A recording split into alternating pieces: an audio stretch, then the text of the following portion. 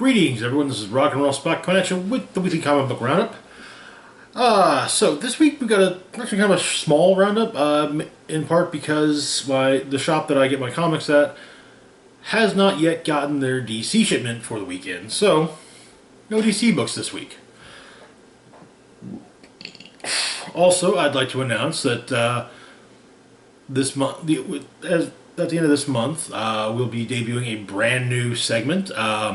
It's not gonna be a regular thing, monthly, but only up to a point.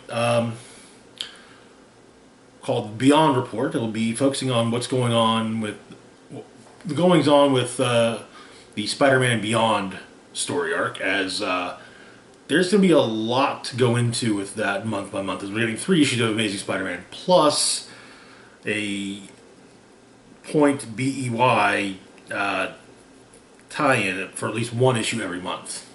Yeah.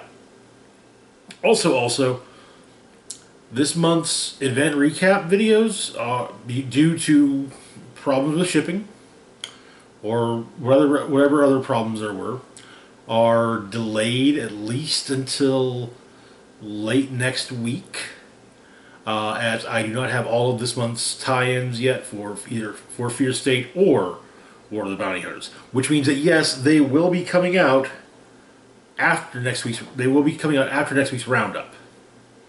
But anyway, let's move on to the roundup, shall we? Kicking things off, we've got Sword number 9. So, in the aftermath of the Hellfire Gala, Henry Peter Gyrick, a long-standing government antagonist of the X-Men, who he's always been kind of written in a, racist, but not to an entirely malevolent manner. Like, if a mutant were to save his life, for a moment at least, he would be thankful to said mutant. But he has been recruited, as we've learned through previous issues of Sword, into Orchis. And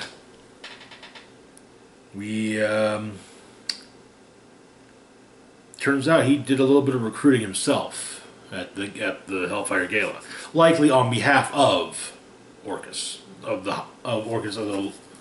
likely on orders from Orchis, not just on his own, kind of saying, "Hey, I recruited someone."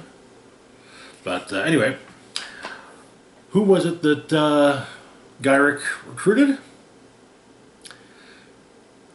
James MacDonald Hudson, Guardian of, Alpha Flight. And the issue begins with Gyrick briefing Hudson on going everything, including the fact that there's constantly an alien presence on Arakko. And Hudson makes a very good point. What exactly is Orchis going to use against a whole planet of X-Men? Well, Gyrick simply says friends in high places. But on Arakko, the Shi'ar Empress, Zandra, as well as her regent, Deathbird, and as well as a contingent of members of the Imperial Guard are there for diplomatic reasons. Also present with them is the deputized Sub-Guardian, Sam Guthrie, aka Cannonball of Earth. But sadly, Storm is not present to meet with Zandra, as Storm saves Zandra and a recent issue of X-Men, which saw her being installed, which noted that there were quite a few, which showed one of the earliest attempts upon her life. But that said, many of the Iraqi do not approve of Storm, and so she is being constantly challenged in the Circle Perilous. We also get we also have one. Cable is the commander of Sword Station 1, while Sword Station 2, overlooking Arakko, is commanded by Abigail Brand. But we get Brand's revised personnel notes on Cable, and how saying quite clearly, Kid Cable was mainly to have some backdoor influence with the Council through, well, Cable, Old Man Cable, and the fact that Cyclops is no longer Captain Commander and Jean Grey no longer sits on the Council. Well, it's stated that he's older, wiser, and smarter, and looks at Brands with the glowing eye of his, like he knows everything she's about to do, and maybe he even does. For all I know, for all she knows, he read it in a history book. There's also, but we get also deep secret above eyes only notes, private note about technovirus, telekinesis, and the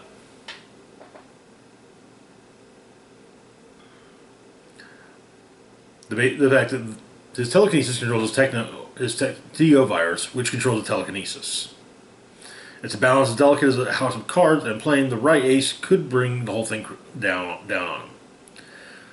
And well, she does deal from the bottom of the deck. And she states that it's too bad he'll never see this. She kind of thinks he would appreciate that kind of strained metaphor turned dad joke, because he uses those all the time. But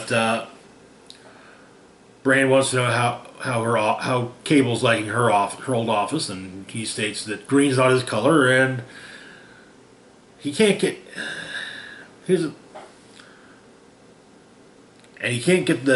the hang of sitting in her chair. It's a little too comfortable, and well, and when he feels relaxed is when he knows trouble's coming. But the Imperial Guard visit is interrupted, however, by the arrival of the new Lethal Legion, and we get their sales pitch. There's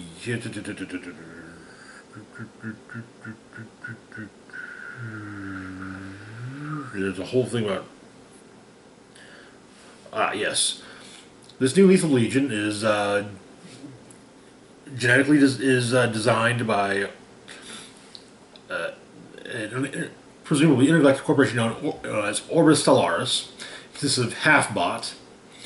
All the functionality of the tactical combat droid that you know and love, more efficient than ever, and now with an additional organic component to induce psychological horror in any foe. Please specify planetary origin of corpse when ordering. Next up is Mr. Eloquent. Augmented for melee combat with the return of the award-winning atomic chainsaw. Mr. Eloquent comes media ready with one of 5 winning personality types, each with a believable pre-programmed backstory for those vital to camera monologues. Next up is the Electric Head. For years, Orbis Stellaris were told that the problem with bat-grown telepathic superbrains is getting them out of the vat. So they brought the vat to them, built into a fully functional bipedal tank unit. Just the thing to crush your enemies, physically and emotionally. Next up is Orbis Extremis. Sometimes evolution needs a little help. Like the raw power of an organo-mechanical fusion shell routed through the brain of an alpha-class psychic sensitive. That means laser-focused control of any element on the battlefield, or in the boardroom. And finally, Death Grip.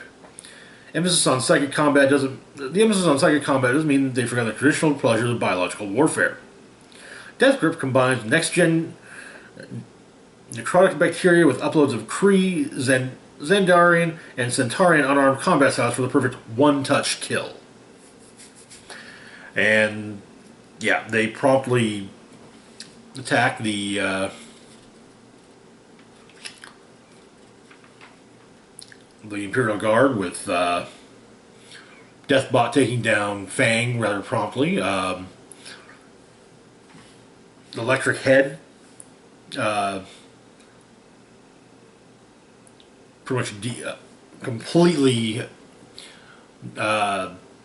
nerfing Gladiator.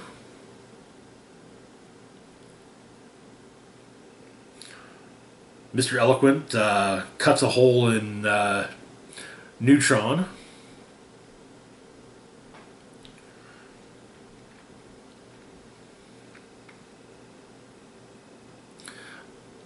Which pretty much turns the microsingularity inside of him into a black hole, which sucks himself in. So then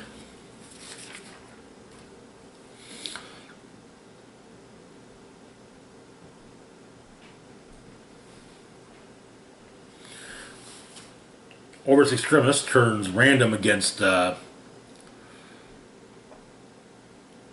Sword, causing him to kill Forearm.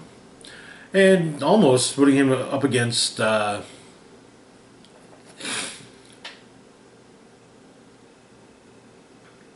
Frenzy. But let's see, which member of the Imperial Guard is that? Titan kicks Orbis Extremis.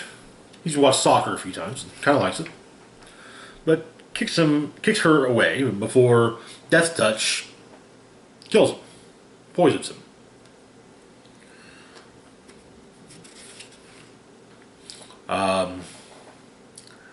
However, and as Cannonball's bringing clear, he's willing to sacrifice himself to see if, with him being nigh invulnerable, if he can actually stop Death Touch. But before he can, Storm arrives and electrocutes Death Touch.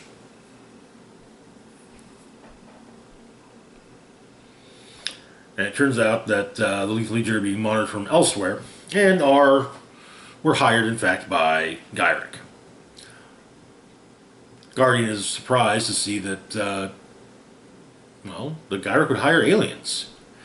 With explaining that, with Gyrick explaining that with Orbis Stellaris being from the Galactic Rim, that's how Gyrick likes his aliens. Friendly and very far away. But he has also has assets closer to home, including a mole within Sword, who is revealed to be none other than WizKid. And that is where the issue ends. So yeah, I really, really hope that that Takeshi is not betraying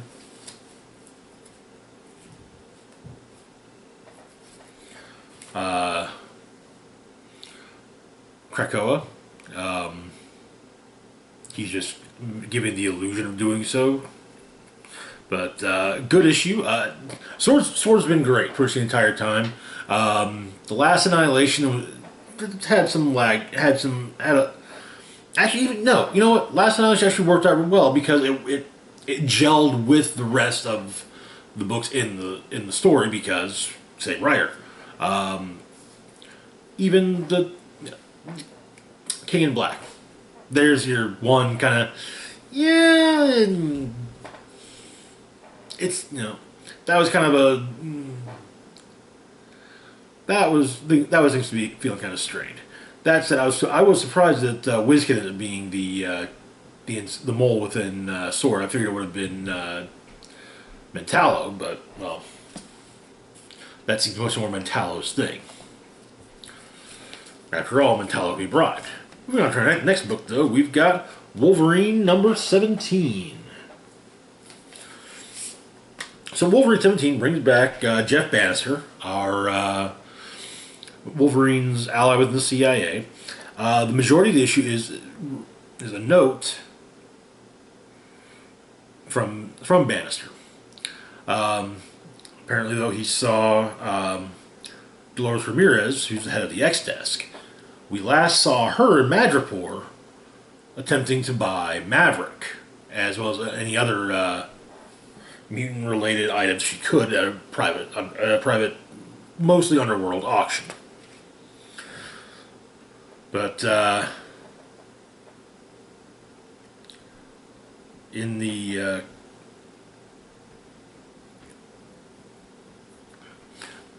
turns out, though, that she's been going to a diner in Baltimore, and so Bannister takes his daughter there one day, and starts looking around the table, making a point of sitting where she sat, and finds a Krakoan recording device. On Krakoa, they have Green Lagoon has a karaoke night.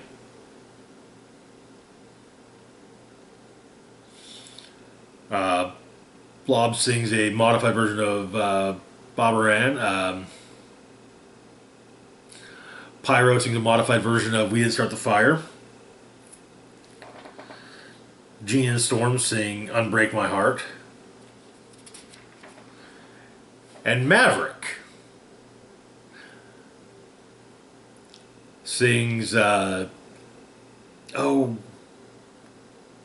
actually can't remember the name of the song, but, You've Lost That Love and Feeling. Because, of course, Maverick sings You've Lost That Loving Feeling, which was... But, Wolverine, decides, since Maverick's there, well, I'll make a job offer, borrowing him and his submarine for an offer that would save Krakoa, that would help Krakoa. Basically, a large pesticide company, which also has a pharmaceutical company, a large conglomerate which has both a pesticide and pharmaceutical company, reported a large amount of defoliate stolen. Chatter seems to point to it being on a boat headed towards Krakoa.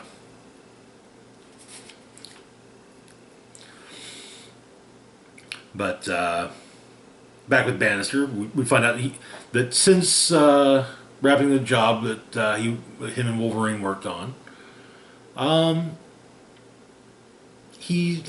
with his daughter recovering from cancer, he's taken a more desk-bound position within the agency.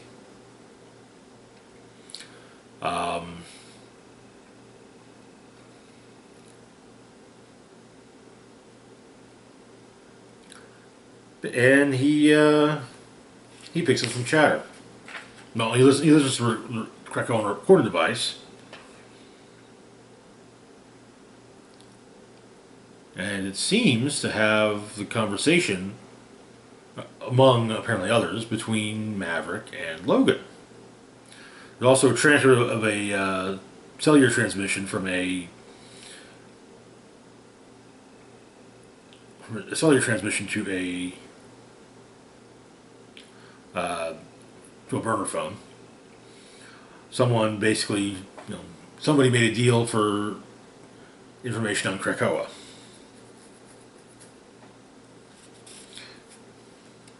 Anyway, while Bannister was listening into the recording, one of his coworkers comes in. Apparently, it's Bannister's day to pick up lunch, so he goes to do that. Back with Wolverine, Domino, and Maverick, the three of them go after the ship full of defoliate, each with a specific mission profile on the ship.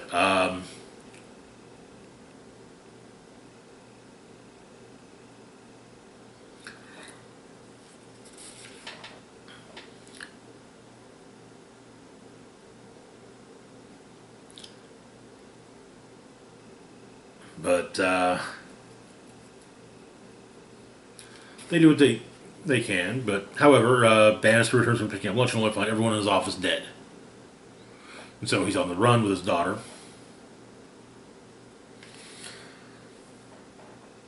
And the little cheap motel he's in, getting some snacks for him and his daughter, and he runs into, of all people, Maverick.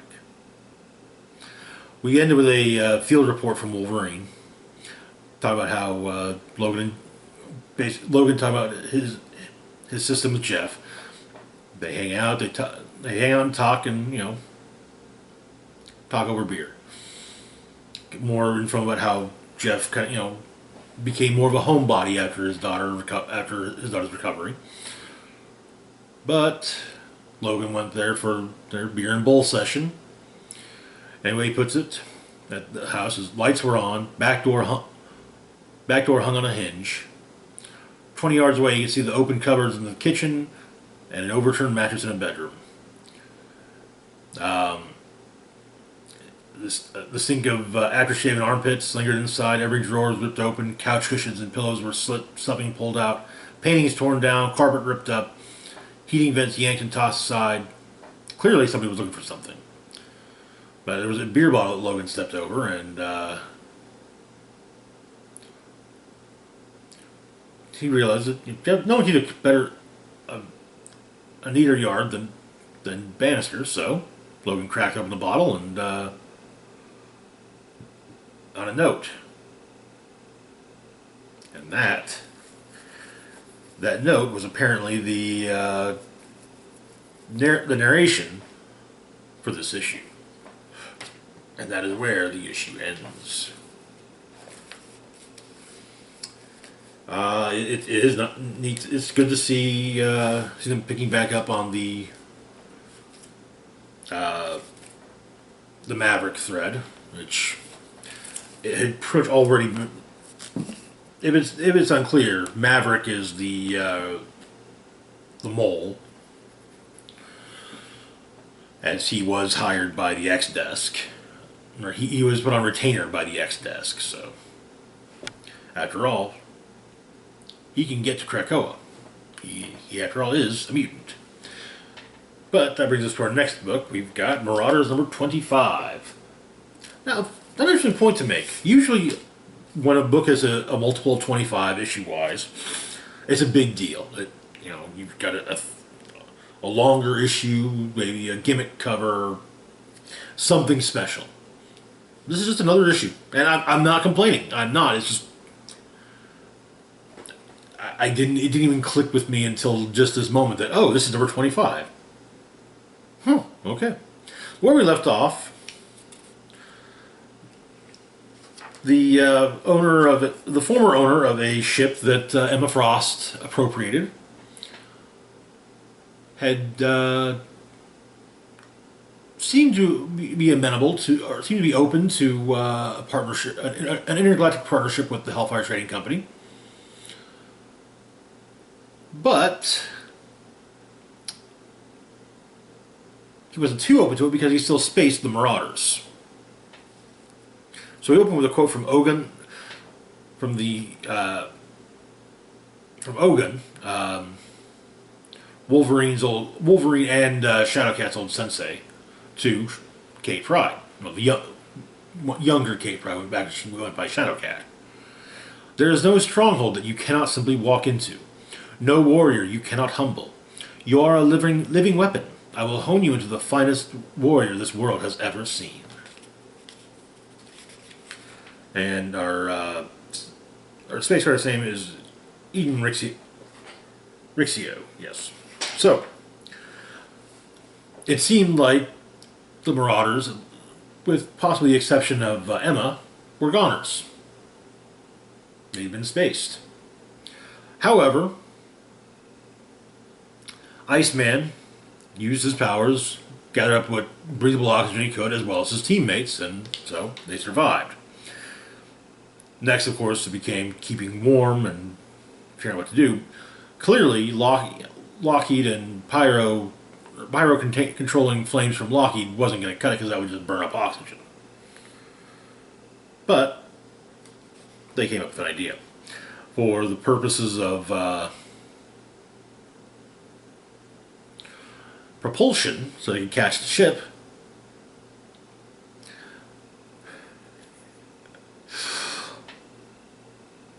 Bishop and Sebastian Shaw traded blows to charge themselves up.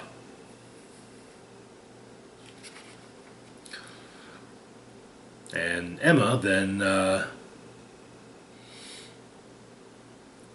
gave a bearing so that steering was possible. And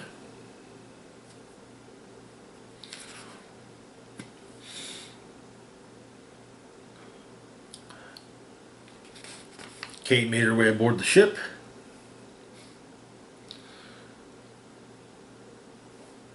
And quite promptly beat the holy hell out of Rixio.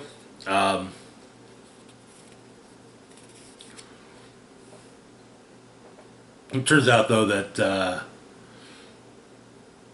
her pain receptors were turned off by Emma, who was communicating with her. And then but Kate removes Rixio's side blocker, and then Emma takes over Rixio, which, however, because he's very strong-willed and resisting, she can't turn the pain receptors. She can't keep Kate's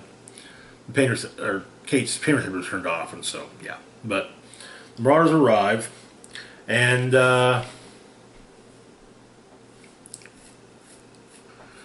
they dump Rixio off in Araco with his Mysterian payment, and that's that. At the end, we end with a note for the war captains from Bishop, explaining that while talking about the war college, outward-facing teams, X-Force, Marauders, and the X-Men are in top fighting shape, whereas the rest of the island not so much. And it's no knock on the quarry, because Silver Samurai has been keeping individual mutants sharp, but they need to start drilling in groups in order to prepare to defend the sacred land. Every mutant needs to be prepared to defend Krakoa, and to that end he's proposing that mutants war game, both offensive and defense, once a session. Magic jokingly congratulates Bishop for inventing Krakoan jury duty, but she explains she's joking and thinks it's a good idea. So that is where the issue ends. And I mean, Marauders has also been probably one of the more consistently good Dawn of X, Reign of X titles. So yeah, I mean, each issue is continually good. I'm not entirely sold on Phil Noto as the series artist. A few fill-in issues I can deal with, but I'd rather I don't know. His art style doesn't fit Marauders to me. But that's an opinion, and so yeah.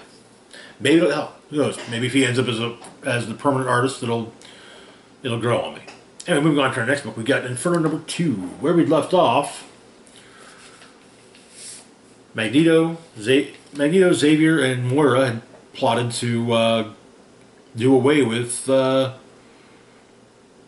to make it so that so that Destiny could never be resurrected.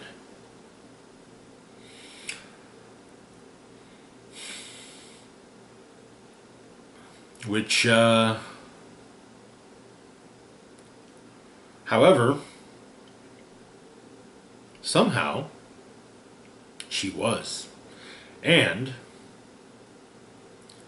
Mystique nominated her for the Quiet Council, namely to take the seat that Apocalypse had recently vacated. Also,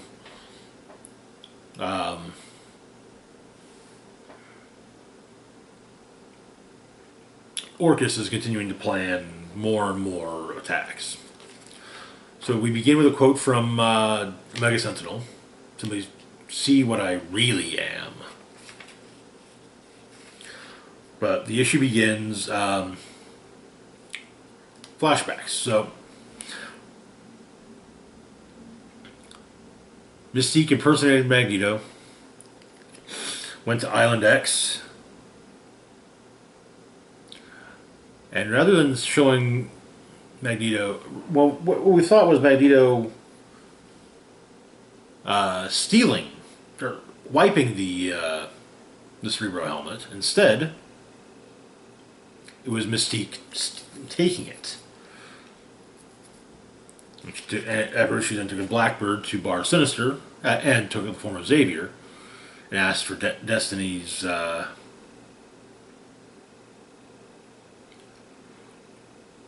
genetic material. Then, as Xavier, she went to the Five and had them do their thing with Destiny. However, since she can't copy powers, Mystique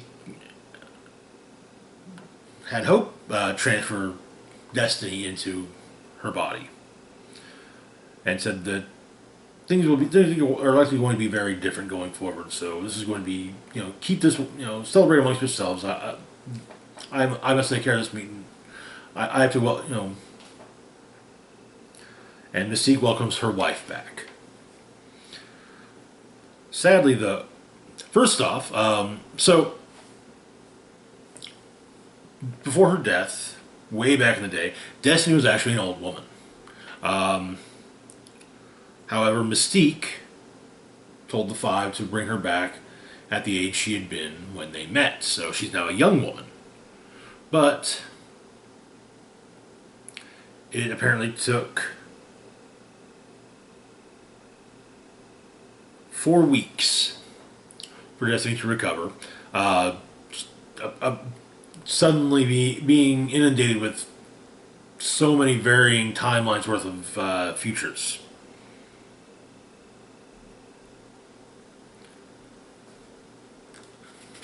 Apparently, took her a week to recover from that.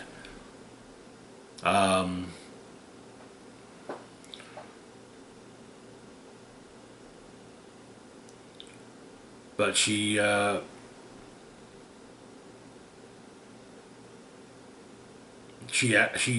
Mystique what had happened to her and what she's done and what she's become, and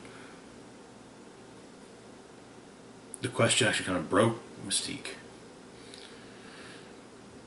But the third week brought forgiveness and a reforged alliance of heart and purpose.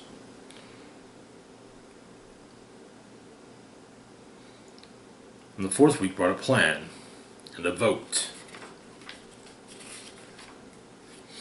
And so we go back to where we left off. Destiny has a vote is called then to see whether or not Destiny will sit on the council. And Xavier clearly states that after that they will be voting to remove Mystique. Though Destiny simply asks if Charles would like to know how that vote's going to go. Xavier and Magneto both vote no. So does Storm. Nightcrawler has a think a moment. But in the end, he votes to make his mother happy. And so Destiny is on the council. Exodus is informed somewhat, in vague terms, of Mystique's plan by Mystique, and votes in favor.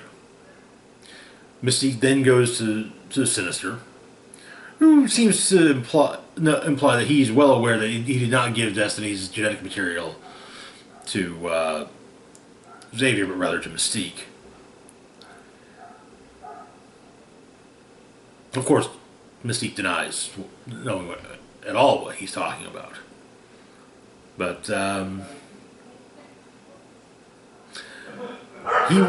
Sinister approach asks, what do you have to offer?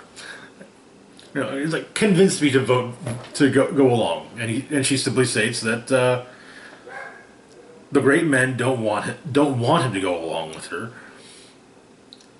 and they'll demand that he comply with them. And he says he realizes she's right, and well argued. So next, Shaw. Well, actually, no. Next, Kate. Kate votes against. Next up is Shaw.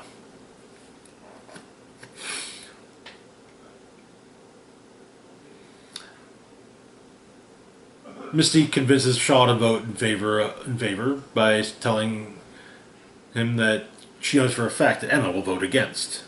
So, Shaw votes yes. Then Emma, who's been brought something by Mystique, and Emma asks how she got it, and she simply states the old-fashioned way. The old-fashioned way. Of course, it has a price, and so Emma asks what the price is. Well, Mystique states,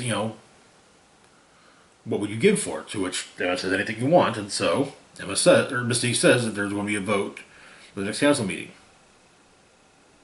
and Emma will vote yes, which she does, and so Destiny is welcome to the Quiet Council.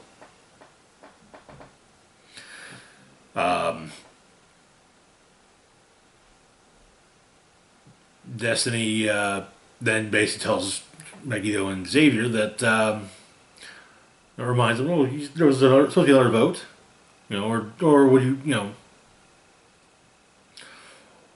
or should does Xavier simply want to take Destiny's word for how it will go and spare himself a painful and pointless exercise?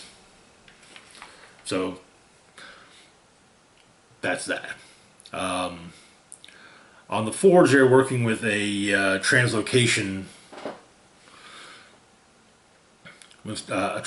device, but they almost every time they're getting closer and closer with each tribe, but it's not working out. And so Director Debo actually offers to work with them, but Nimrod and Omega Sentinel have a chat. Apparently, he's been running simulations, kind of aging up.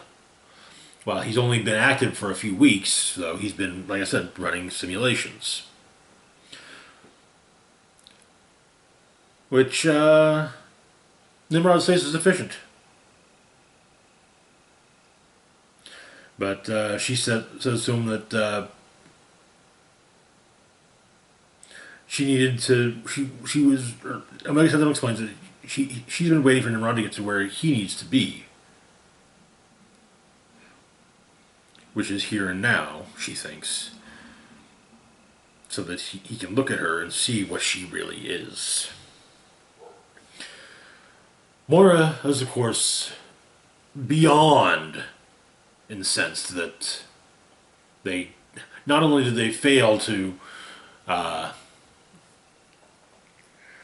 prevent the resurrection of Destiny ever, but Destiny is now on the friggin' council. So it suggested they bring someone else in. Emma. But there's a degree, and they're trying to figure out how to make sure how to get rid of Destiny, and Moira even asks if Magneto can kill her. To which Magneto says she wears a metal helmet on her head, but he won't do that. Explaining that, like it or not, Destiny sits on the council, and he's not a child. He can tolerate a certain level of pragmatism when it comes to how things are run here in Paradise, but he's waited his whole life for this place, and he won't defile it just because Moira finds it expedient. We also get a transcript of a conversation between Destiny and Mystique.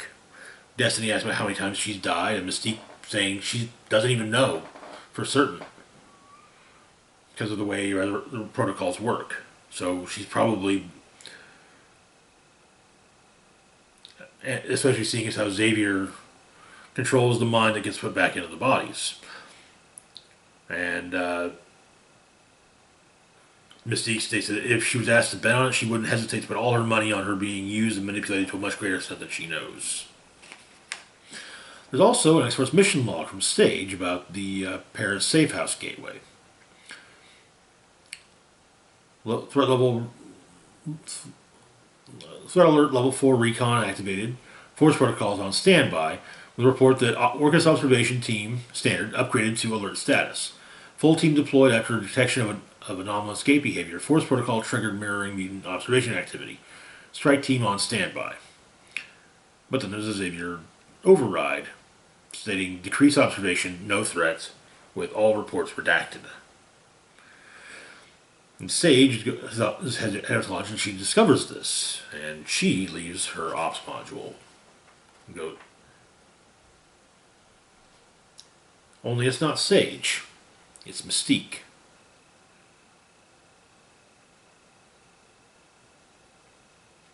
She goes to Paris, takes on the form of a Parisian passerby, then the form of an Orcus scientist, goes into the facility, uses their translocation device, and we learn more about it. With one of the PhD apes explaining that the translocator can reach the forge, while it's stating that it's powered by the forge and activated from Earth. When it becomes active, it can open a doorway to the inner ring and force feed Earth the medicine it needs. Adding that the mutants thought terraforming a planet was something. Just wait until they witness the full power of the sun. With Mystique in character saying yes, something so bright that the world is blind to it. That will be a sight to see. At the Louvre, Emma Frost is told the truth of Moira McTaggart. The full truth. Which prompts her to... One, to say she's unhappy with Xavier and Magneto is an understatement. She takes on her diamond form, and they do trust her. But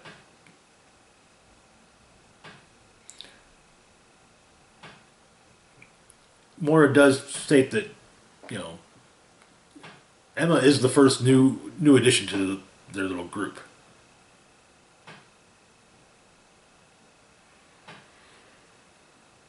But as she leaves the three of them, Emma states that they've manipulated her for years, and now that she can see what kind of threat a precog represents. She's a true mutant on the council, so she'll give the matter the proper consideration. But Xavier and Magneto have lost her loyalty forever.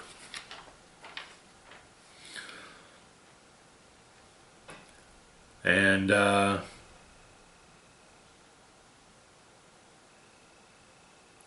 Moira admits that Xavier and Magneto were right. They're better off with someone they know they can trust.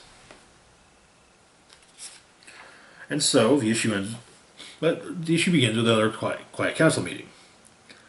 A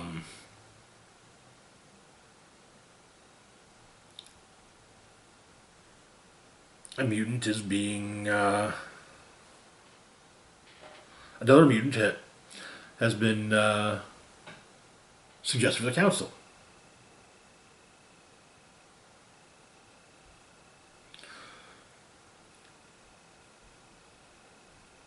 With Sinister voting against, he doesn't like the way that one looks. Exodus voting yes. Mystique voting no. Kate voting yes. Emma voting yes. Shaw voting no. Nightcrawler and Storm both voting yes. Xavier and Magneto both voting yes. And Destiny voting no. As for the new addition of the council, Pyotr Rasputin, Colossus. Which really does make make me quite curious about the visit that Xavier paid to Colossus in at the end of this month's issue of X-Force. But Inferno is getting even better. Anyway, moving on to our next book, we've got Darth Vader number 17. Where we left off, in Darth Vader at least, he was still chasing Luke while the Executor seemed and Vader's shuttle seemed to be under attack from the Hutts. Meanwhile, Ochia Bestoon was fighting Sly Moore after learning that she had betrayed Darth Vader. But so starting there, Moore explains to Ochi that the Hutts are trying to take back Solo, and so yeah.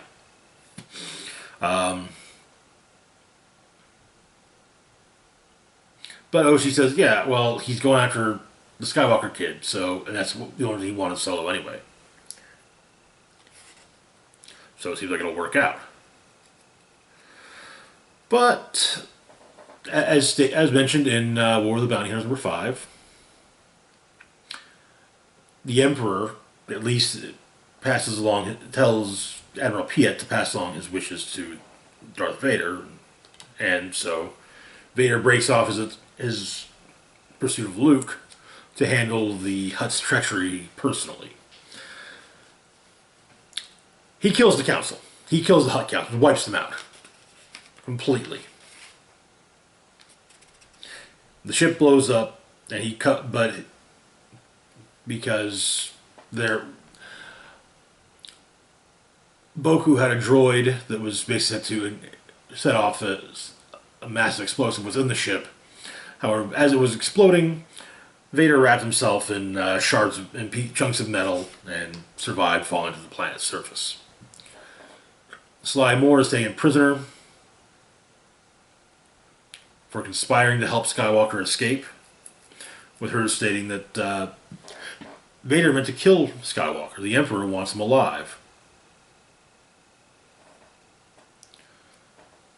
Masameda asks, well, what of Crimson Dawn and the rebels? Though Vader states, why not ask of Lord Vader? But Vader's in the process of force choking Moore when the Emperor calls upon him. And he explains that Crimson Dawn has barely shown its strength. To get as far as they have so far, they must have agents at every level throughout the Empire. And so, Vader is to find those infiltrators and show them who is stronger. And initially, Moore states to Masameda that she still lives. The Emperor knows her value of her service. But Almeida points out that perhaps she isn't important enough for the Emperor to even notice. And so, an army is put together, but Ochi explains that Vader might need a more subtle approach to deal with Crimson Dawn. And Vader tells Ochi to go to the Assassin's League and tell them that they now serve him. So on the planet Saki, Ochi meets with 3 master assassins. Apparently, to ensure that the Assassin's Guild and the Empire are all good, they have a gift for Vader. Lady Kira. And Ochi promptly kills the 3 master assassins and reveals his true employer, Crimson Dawn. That is where the issue ends. Not gonna lie, I didn't see that coming, and yeah, there's a good chance I'm probably going to keep on with Vader going forward. Probably most of the ongoing Star Wars books, to be perfectly honest. But moving on to our last book for now, we've got War of the Bounty Hunters IG-88. Now, a few months previously in Darth Vader, IG-88 was sent by Sly Moore to kill Vader. He even had a hole card. The Force, however, or rather Vader's use of the Force, made pretty much nullify IG-88's advantage, and Vader forced IG-88 to take a blaster to his own head and shoot it off. So, IG-88's pieces are recovered by a mechanic by the name of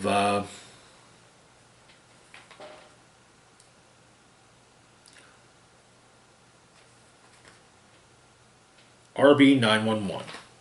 He's a cyborg, much like Valance, but he's been contracted to find and repair IG-88 by Deva Lompop. And so he does just that.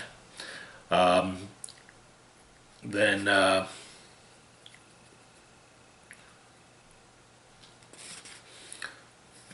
reactivates IG-88, who appears, well, okay, done well, and so. But to test his proficiency in regard to his repairs, IG-88 needs to test, wants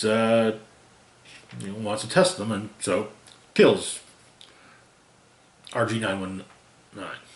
And then blasts his way through the droid crew aboard his ship, contacts Deva, who turns out a chip with his bounty has been placed into his behavioral cortex. He's going after Boba Fett. And apparently he's got security protocols for the ship now, for Boba Fett's ship. So he goes after Boba Fett. And sneaks aboard Slave One, surprised that the security protocols worked and were somehow leaked out. But IG-88 feels that this has been too easy, and well, then Boba Fett arrives. They have a bit of a shootout, and Fett shoots a carbonite device that he had installed just in case he needed to refreeze Han. Leaves IG-88 frozen, and leaves. Goes to Jabba. When IG-88 comes to, it notes that Boba Fett didn't kill him. Fett totally could have, or didn't kill it. Fett totally could have, but he didn't. Perhaps he saw no honor in destroying an immobile frozen droid. And so IG-88 has much to consider. He's failed in his mission, so he returns to the junkyard planet that he was found on.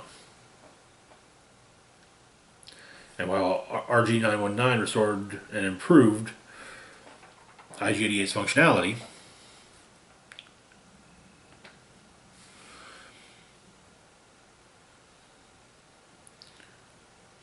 IG-88 will improve its programming, as unlike the living, it is but a machine, and time means nothing for it. And that is where the issue ends. Very interesting. Very interesting indeed. I actually really appreciated the fact that, as I've mentioned previously, the Legends Expanded Universe had Shadows of the Empire, which in its comic adaptation had a quasi War of the Bounty Hunters subplot. Part of this included IG-88 attacking Boba Fett as he arrived over Tatooine, damaging Boba Fett's ship. Of course, in the Legends timeline, in Legends continuity, IG-88 was actually 4 droids. Later, then 3, as the 4th as one of them had its